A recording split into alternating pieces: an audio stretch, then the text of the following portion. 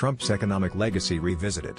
Trump's economic policies from his first 100 days in office are being re-evaluated in a 2025 analysis, highlighting several notable successes. The 2017 tax cuts, which slashed corporate rates from 35% to 21% and trimmed small business taxes by 20%, are seen as pivotal in boosting economic growth and increasing government revenue, defying initial skepticism.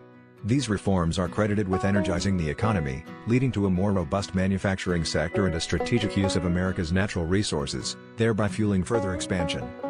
Welfare reforms introduced during this period also played a significant role in shaping the labor market.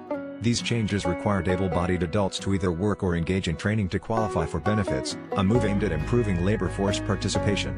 By March 2024, this rate had fallen to 62.7%, underscoring the necessity of such reforms to encourage greater workforce involvement.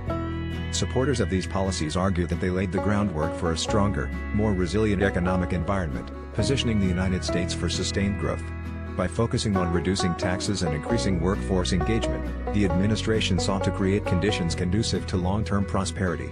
This approach not only spurred immediate economic activity but also set the stage for future advancements.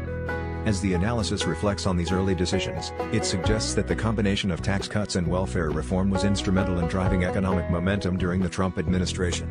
This blend of fiscal policy and labor market adjustments is viewed as a critical factor in the economic narrative of the era, offering lessons for future policymaking endeavors.